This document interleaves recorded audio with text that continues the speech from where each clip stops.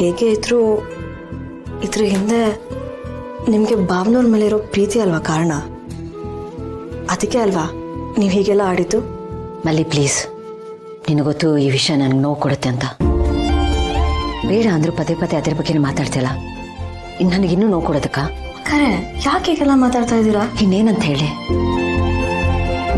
ಎಷ್ಟು ಸಲ ಹೇಳಿದ್ದೀನಿ ಇದ್ರ ಬಗ್ಗೆ ಮಾತಾಡಬೇಡ ಅಂತ, ಆದ್ರೂ ನೀನು ಅದ್ರ ಬಗ್ಗೆನೇ ಮಾತಾಡ್ತಿರ್ತೀಯ. ನನಗೆ ಬೇಜಾರಾಗಿದ್ದೀನಿ ಅಂತ ನಿಂಗೆ ಗೊತ್ತಲ್ವಾ?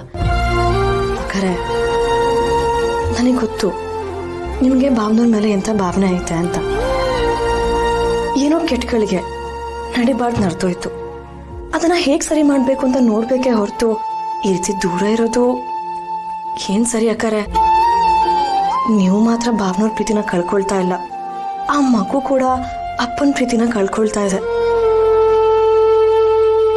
ಅಕ್ಕರೆ ನಿಮ್ಗೋಸ್ಕರ ಅಲ್ದೇ ಇದ್ರು